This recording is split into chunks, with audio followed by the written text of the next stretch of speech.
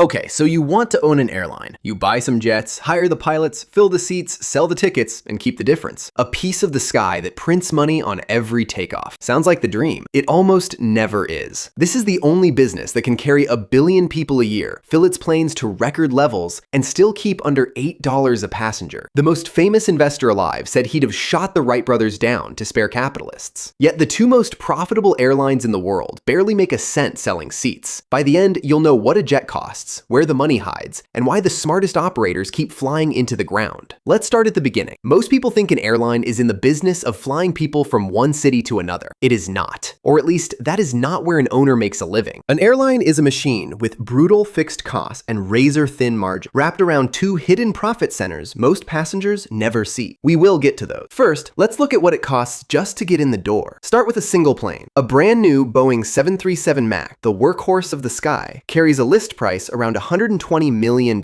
Nobody serious pays that. Order in bulk and the real number drops to 50 or 60 million a jet. An Airbus A320neo sits in the same range. Now go long haul. A Boeing 787 Dreamliner runs close to 300 million at list. An Airbus A350 is higher still. And if buying scares you, you can lease instead. One Dreamliner leases for over $1 million a month before it carries a single passenger or burns a drop of fuel. One plane does not make an airline. You need a fleet, spare parts, hangars, and crews. Delta flies nearly 1,300 aircraft once you count its regional partners. Ryanair, the largest in Europe, runs close to 600. That is tens of billions of dollars in metal sitting on the tarmac. Then there is the part that has nothing to do with planes. Before you sell one ticket, you need an operating certificate. In the United States, that means roughly 14 separate manuals and approvals, from safety systems to maintenance control, and 6 to 12 months of the government checking your work. It is a wall built specifically to keep the underfunded out. And the planes are only the beginning of the spending. You need working capital to cover fuel, salaries, and airport fees for months before revenue stabilizes. New airlines routinely burn through their entire first raise before a single quarter turns positive. On top of that, lessors and regulators make you park cash in reserve for maintenance and insurance. Money that just sits there, untouchable, as the price of being allowed to fly at all. So how much to actually start? A tiny regional carrier might need 10 to 50 million. A real low-cost airline with a handful of jets needs 100 to 300 million minimum. JetBlue raised 128 million before its first flight in 2000. Breeze Airways, a lean startup built by the man who founded JetBlue, went through roughly $375 million before it turned to profit. And you have not flown a single paying customer yet. Now, let's talk about where the money actually comes from. And it is not the ticket. The airline industry worldwide runs on a net margin of about 4% in a good year, 4 cents on the dollar. In 2026, the average airline is forecast to keep about $7.90 in profit per passenger. You fly a person across an ocean and pocket less than the cost of 2 coffees. Fill your planes to 84%, a record high, and the math barely moves. Selling seats is a terrible business. So the operators who actually win stopped relying on it. Watch what Delta really does. Delta runs a loyalty program called SkyMiles. You think of it as points you earn for flying. Delta thinks of it as a currency it prints and sells wholesale. Delta creates miles out of nothing, then sells them in bulk to American Express for real cash. Amex hands those miles to cardholders as rewards. In 2025, American Express paid Delta $8.2 billion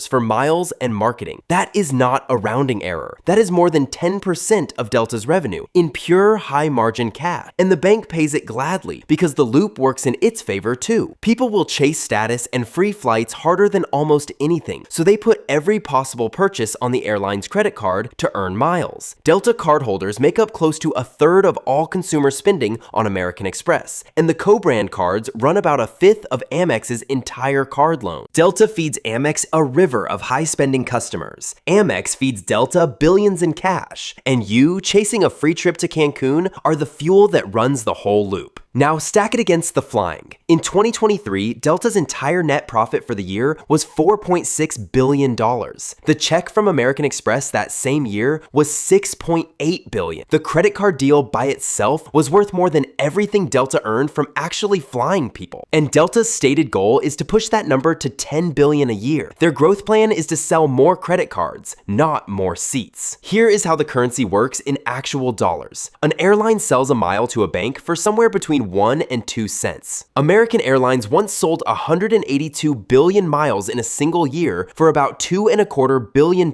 in cash. Until you redeem them, every mile you have ever earned sits on Delta's books as a promise it owes you, a liability measured in the billions. And when you never redeem those miles, when they just sit and expire in your account, that promise turns into profit. That has a name in the accounting. It is called breakage. Your forgotten points are their income. This is why in 2020, when planes were grounded and airlines were bleeding cash, the thing investors still trusted was not the fleet. Delta pledged SkyMiles as collateral and borrowed against it, raising up to $9 billion.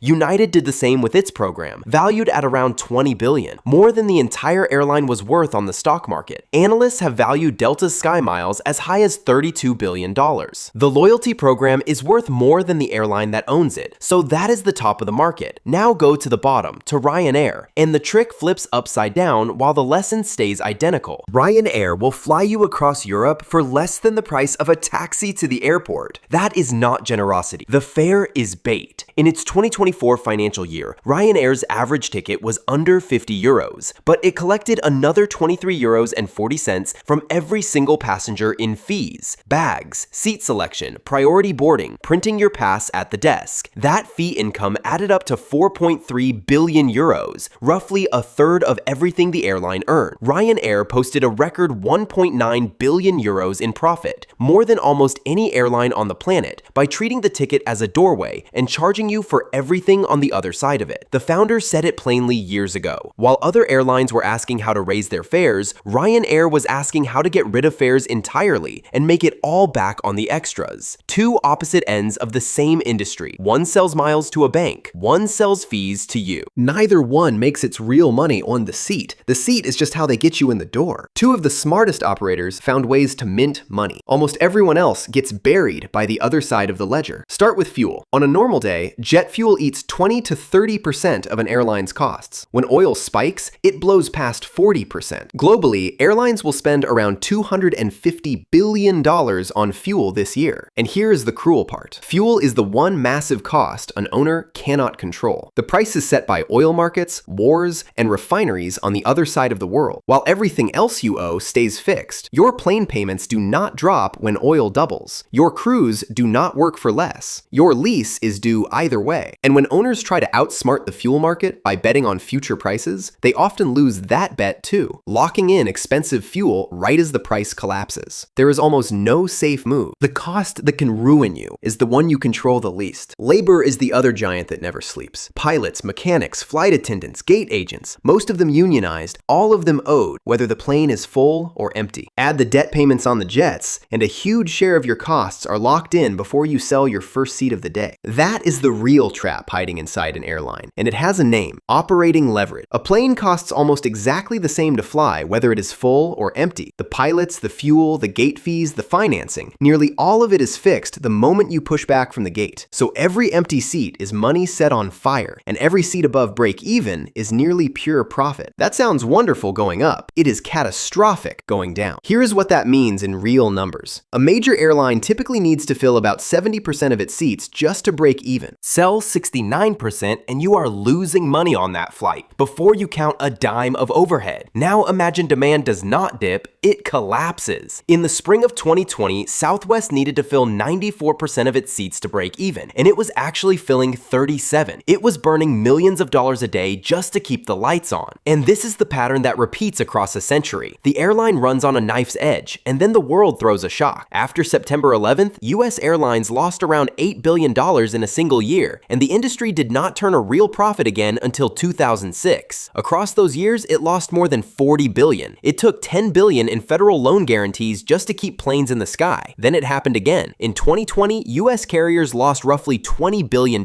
and it took a $54 billion taxpayer bailout just for payroll to stop the entire industry from folding. By the time it was over, the biggest US carriers were buried under tens of billions in fresh debt. They are still paying down today. Twice in 20 years, this business needed the government to survive. So picture your position as the owner. You have spent hundreds of millions on jets you cannot easily sell. You owe fixed payments every month no matter what. Your single biggest cost swings with a war you cannot predict, and your whole survival depends on filling seats at a price a competitor can undercut tomorrow morning. That is not a business that forgives a single mistake. Let's see what happens when it stops forgiving, and it takes a real operator down with it. Meet Pan American World Airways. For decades, Pan Am was not just an airline, it was the airline. It opened transatlantic travel, flew the first 747, and its blue globe logo was the most glamorous brand in the sky. It looked untouchable. Then came deregulation, brutal price competition, the Lockerbie bombing in 1988, and a fuel spike from the Gulf War. In its final months, the most iconic airline in history was losing $3 million a day. On December 4th,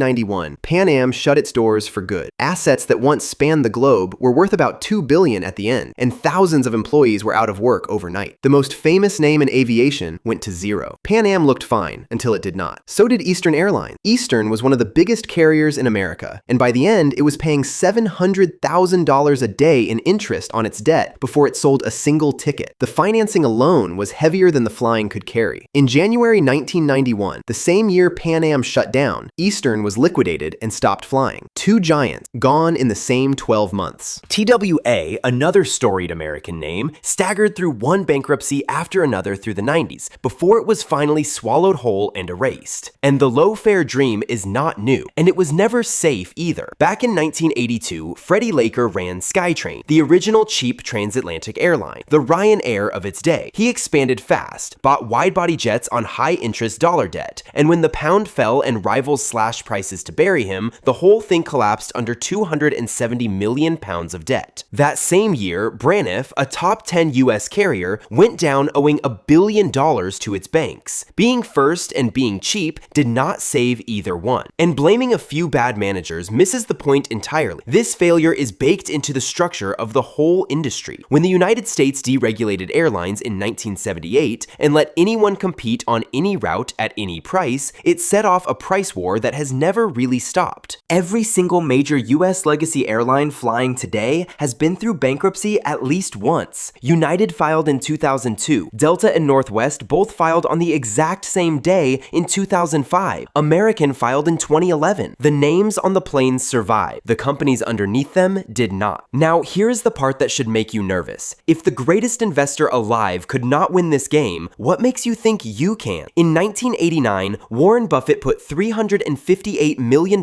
into US Air, and not into the risky common stock, into the safe preferred shares with a guaranteed dividend. He thought he had protected himself. The airline nearly went bankrupt, and his investment almost went to zero before a late recovery let him escape. He called it an unforced error and started calling airlines a death trap for investors. Then, incredibly, he tried again. Decades later, Berkshire bought big stakes in all four major US airlines, something like $7 billion in total. And in May 2020, as the pandemic grounded the world, he dumped every share of American, Delta, Southwest, and United in a single decision, walking away with only a fraction of what he put in. The man who preaches holding stocks forever could not get out of airlines fast enough. Twice. Two kinds of operator actually win. The first is the relentless cost cutter. Southwest Airlines strung together 47 straight years of profit, a streak no other airline on the planet has matched, by flying one type of plane, turning it around fast at the gate, and guarding its costs like a hawk, while all three of its biggest rivals went bankrupt around it. The second winner is the one who changed what the product even was. Michael O'Leary took over a tiny Irish airline in the early 90s that was months from collapse. He decided the fare did not matter, and everything else did. He stripped the airline to the bone. One type of aircraft, seats that do not recline, no free anything, and then he charged for every single extra a passenger could want. Today, Ryanair carries more than 180 million passengers a year and posts record profit. And O'Leary is locked into a contract through 2032 with 150 million euros in stock options riding on the results. He did not build a better airline. He built a machine that flies people so it can charge them for everything around the flight. The winners and the corpses were in the the same business, flying the same planes on the same routes. The difference was never the flying, it was the structure underneath it. Step back for a second. An airline is a paradox. It is one of the most essential businesses on the planet, a machine that moves civilization, and it is one of the worst businesses ever invented for the people who own it. Both of those things are true at the same time, and here is why. The flying itself is a commodity with a hard ceiling. Your seats cost almost the same to fill as your competitor. Your fuel is priced by the same market. Your safety is regulated to the same standard. And the moment you raise fares, the airline next door undercuts you and steals your passengers. The core product has almost no room to make money. It is a floor you can barely stand on. So the only way to win is to build something on top of that floor that a rival cannot simply copy. Delta built a currency and sold it to a bank. Ryanair built a fee machine and a cost base so lean that competitors go broke trying to match it. The flying keeps you alive. The thing you bolt on top of the flying is what actually pays. And that is the brutal catch. The reliable part, the flying, barely earns. The part that earns, the loyalty program, or the fees, or the ruthless cost discipline, is a fight you have to win again every single quarter. The floor is the floor. Everything you stack on top of it is a war. And history is littered with the smartest people in finance who thought the floor alone would hold them up. So, does owning an airline actually work? It depends entirely on scale and on what you are really selling. Picture scenario 1. You raise the money and start a small carrier. You've got 3 or 4 jets and $150 million of other people's cash. You are now competing on price against giants who buy fuel cheaper, borrow cheaper, and fly a full route map. Your margin in a good year is about 4%. On $100 million in revenue, that is $4 million.